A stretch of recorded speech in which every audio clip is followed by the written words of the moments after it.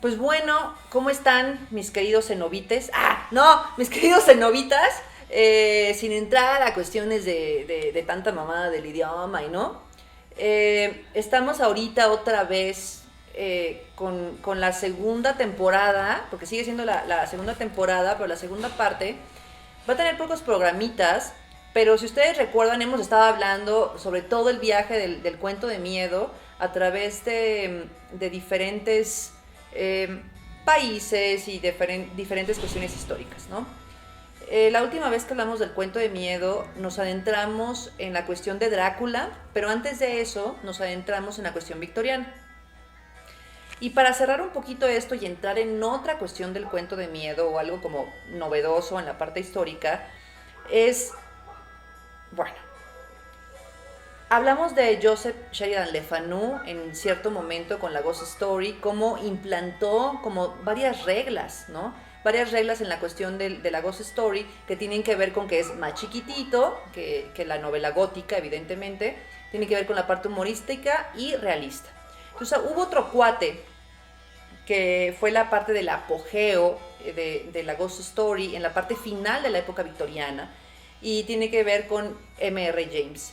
Y este cuate es interesante porque él implantó diferentes metodologías o diferentes características en la Ghost Story. Uno tiene que ver efectivamente con el humorismo, que ya fue como muy marcado y fue dominante en esa cuestión. Aquí es cuando el lector, cuando está leyendo la Ghost Story, está intuyendo que algo está muy mal, que algo está como muy catastrófico, pero solamente es el lector, ¿sale? O sea, las personas o los personajes que están en la historia no se dan cuenta de nada, solamente es el lector. Entonces, la provocación es que este cuento es, la función principal es causar miedo, lo cual ya es algo bastante diferente. Y hay un ambiente completamente erudito que abriría para el siguiente nivel del cuento de miedo. Este cuate tuvo varios, cuentos cortos en la Ghost Story.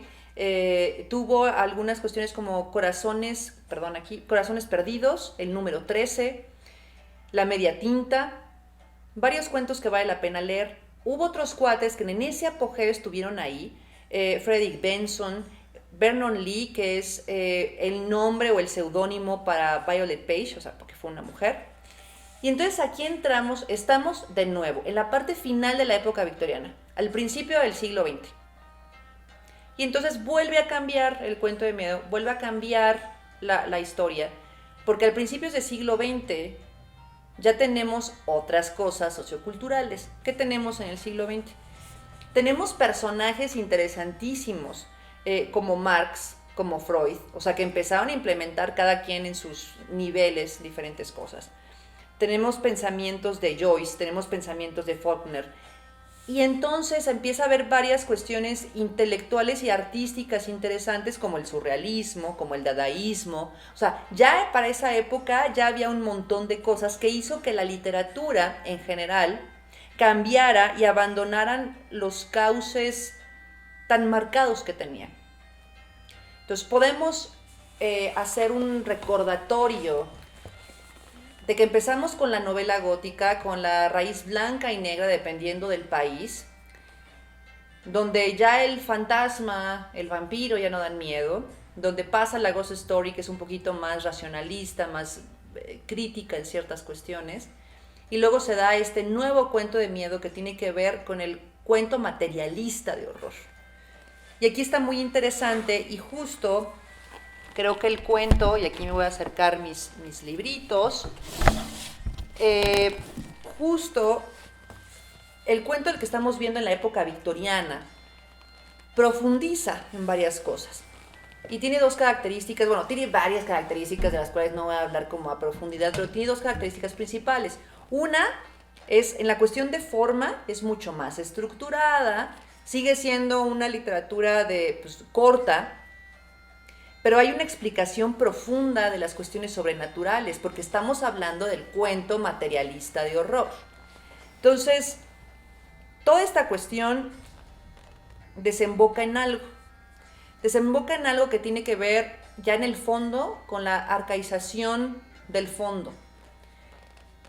Todos estos cuentos retoman, pues sí, claro, la naturaleza primigenia, retoman ciencias, retoman la profundidad de la psique humana, todo lo malo o lo negativo se empieza a profundizar, los terrores ancestrales. Yo creo que les suena algo, que les voy a decir después, les suena algo con esto de primigenio, ancestral, y cómo estos escritores materializan ese rollo antiguo.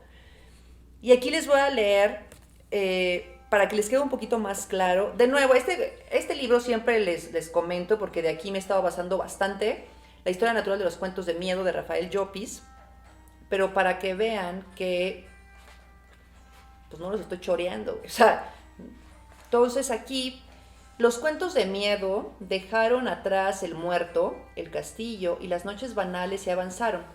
Retrocedieron, se sumergieron hasta épocas primitivas, prehistóricas, prehumanas, hasta épocas de tinieblas primigenias y oscuridad elemental.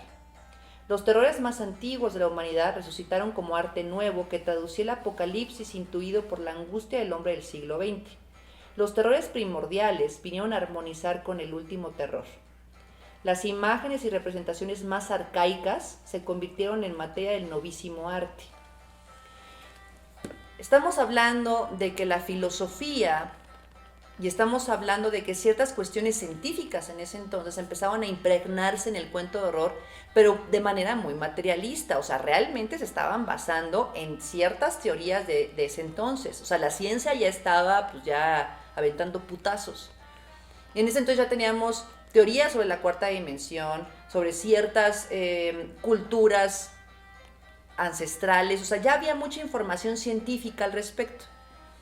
Y de nuevo quiero poner como esta pregunta, o si ya les está sonando como algo interesante de, sí, lo primigenio, sí, culturas ancestrales, sí, pero como con toda esta base científica, ¿no? ¿A qué les suena? Les suena Lovecraft, obviamente. Pero no vamos a hablar de Lovecraft, porque Lovecraft en este cuento, en esto que estamos hablando, que es el cuento materialista, fue el apogeo, lo convirtió preciosamente en algo muy interesante, pero Lovecraft no empezó con esto, o el círculo de Lovecraft no empezó con esto. Estoy planeando quizás un programa de Lovecraft, quizá, porque es muy mainstream ahorita, entonces mucha gente lo conoce y mucha gente no lo conoce al mismo tiempo, porque creo que mucha gente piensa que Cthulhu es la onda y es Lovecraft. Y Lovecraft tuvo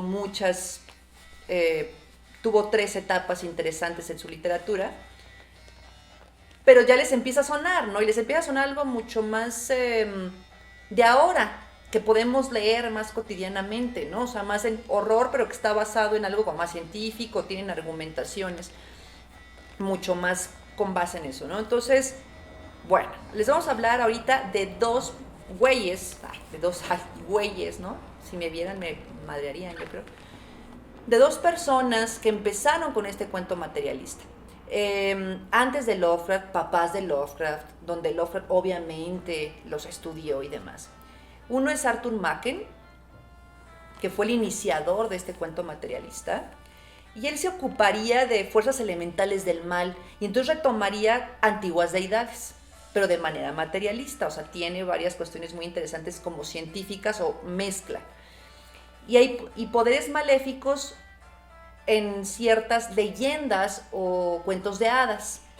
Pero este cuate tuvo 2 estadios en su literatura o en la sensibilidad literaria. Fue un antes y un después de una situación que les voy a decir ahorita en algunos momentos. Bueno, en todas estas cuestiones que les estoy comentando, bueno, el güey, para empezar, y creo que ahí les puedo dar como mucha información, el güey nació en Gales, ¿no? Entonces imagínense toda la ambientación que este cabrón tenía.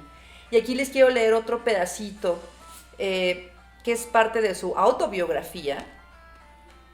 Y aquí es donde podemos entender bastante de sus cuentos por los escenarios que colocaba.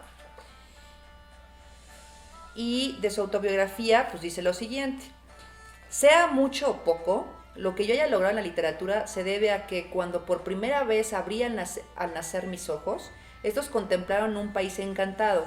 En cuanto me hallé en condiciones de ver, contemplé Twin Balm. túmulo místico que es recuerdo de los pueblos que habitaban esta región aún antes de que los celtas abandonaran sus lejanas tierras originales. Este túmulo es centinela meridional de gran muro montañoso que limita por poniente la comarca. Un poco más al norte se alza Midman, la montaña de piedra, que es enorme mole redondeada, y aún más al norte, hacia las cordilleras septentrionales, puede verse en los días claros y soleados las cimas puntiagudas de la montaña sagrada de Avonlea, que si la memoria no me engaña, resplandece azul en la lejanía, bajo el sol, era un pico de cuento de hadas. Entonces, en los cuentos en la primera etapa de Machen tienen que ver con colinas, con bosques, con ruinas, con cuestiones mágicas. Pero todas estas ruinas, todos estos escenarios tienen que ver con la maldad, con estas cuestiones muy básicas y primigenias que son malditas. ¿Qué pasa con este cuate? Pues entra la Golden Dawn. De la Golden Dawn en algún momento hablamos, cuando hablamos de Drácula, que ese cuate también estuvo en la Golden Dawn y hay varias teorías que él hizo Drácula o varias cosas a través de la Golden Dawn o se refrescó a través de la Golden Dawn, pero hubo algo muy marcado con este cuate. Cuando él estuvo en la Golden Dawn, que no se sabe qué le ocurrió en la Golden Dawn y luego se sale, esa sensibilidad literaria cambió por completo. Primero tenemos estas cuestiones de los mitos y demás que son completamente malévolas, horribles, y cuando él sale de la Golden Dawn, liga toda esta cuestión mítica con cuestiones completamente luminosas, completamente positivas. Cuando hablamos de la primera parte de Machen, se tienen que leer por lo menos una de sus novelas y un gran cuento, pero neta, ese a huevos se los encargo de tarea, se lo tienen que leer. El gran dios Pan, es creo que lo más conocido, y la novela de El sello negro. Cuando se mete a la Golden Dawn y cambia toda esta perspectiva, tiene algunos cuentos que tienen que ver más con la cuestión de cuentos de hadas, rescatando toda esta parte primigenia. De nuevo tenemos que acordarnos de que pues, nació en Gales, ¿no? Tiene todo este escenario, y tiene el Pueblo Blanco, que es como un cuento de hadas con la parte celta también, y Holy Terrors, que es una compilación de varios cuentos, pero tienen que ver con esta segunda parte de su vida. Después abandona la literatura y se convierte en actor. También bastante interesante, ¿no? También bastante interesante, pero algo pasó en la Golden Dawn. No hay libro que te diga exactamente qué sucedió, pero algo interesante por ahí que hiciera cambiar la sensibilidad de este gran cuate que inició con el cuento materialista de horror.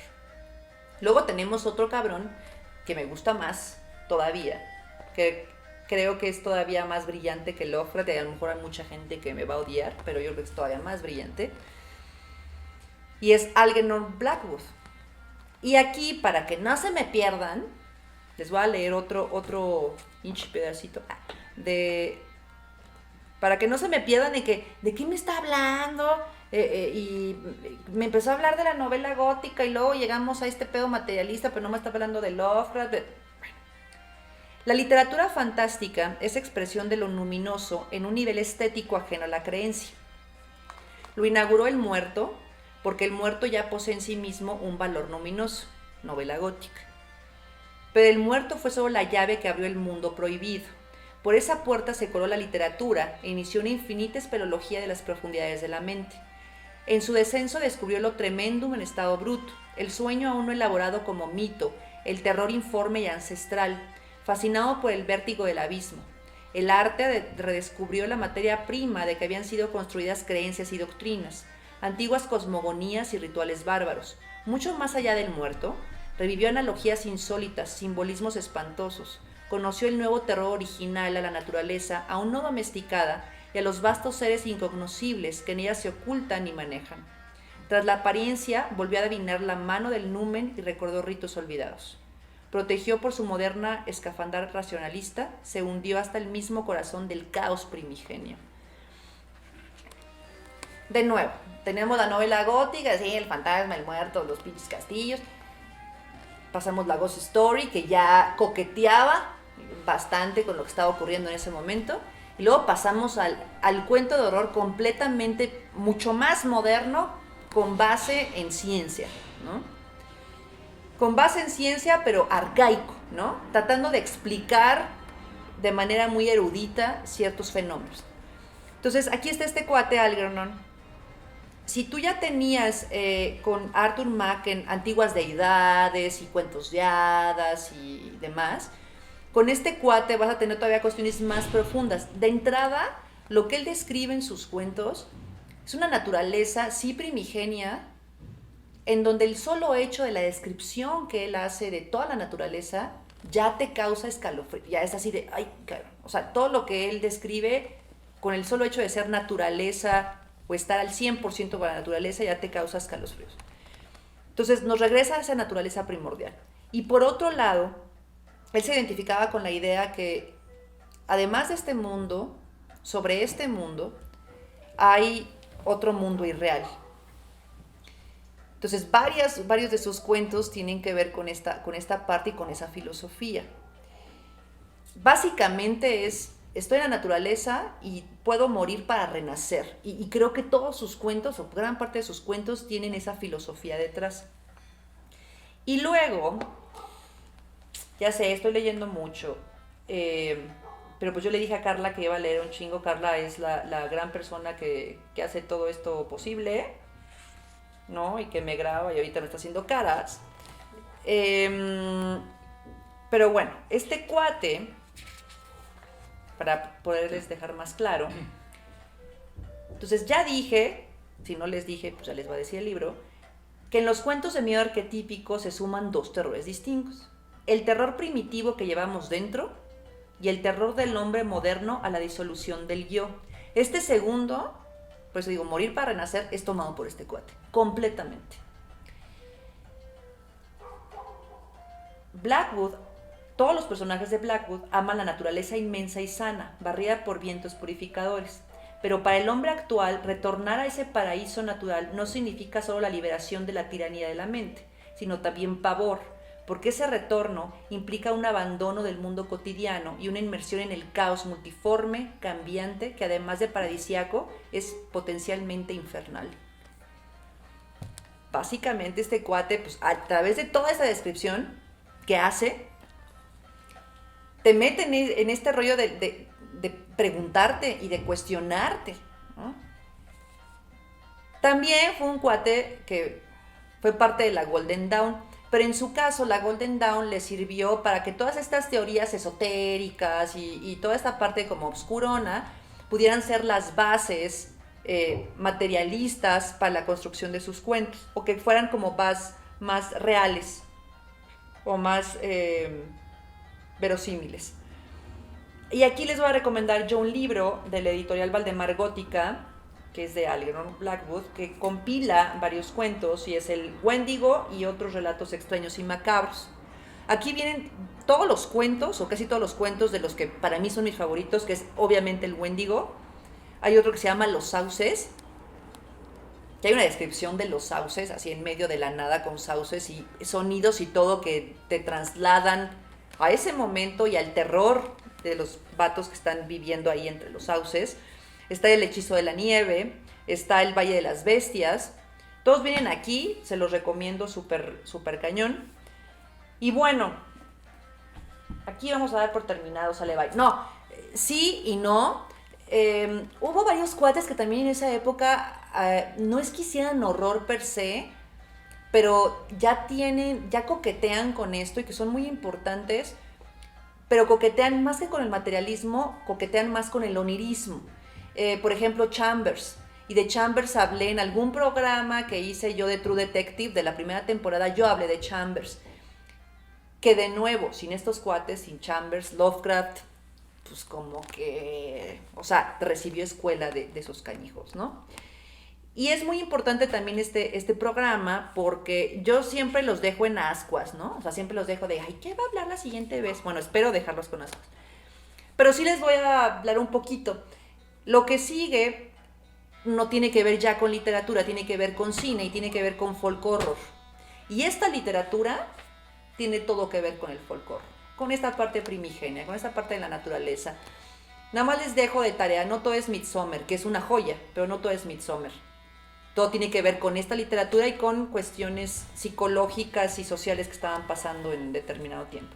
Entonces, nunca les dije que estaba escuchando, ay, perdón.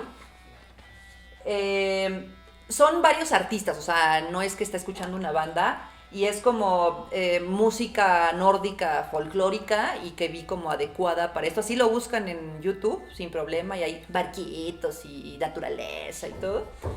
Pero no son como, es un solo artista, son varios y pues ahí para que lo escuchen, para que lean, para que ya se empiecen a meter en este rollo. Creo que a la gente le interesa más porque es algo que incluso vivimos el día de hoy. O sea, a pesar de que empezó en el siglo XX esta literatura, seguimos en horror, en cine y en todo, como atravesando esta cuestión, ¿no? Entonces, pues cuídense mucho, mis cenobitas,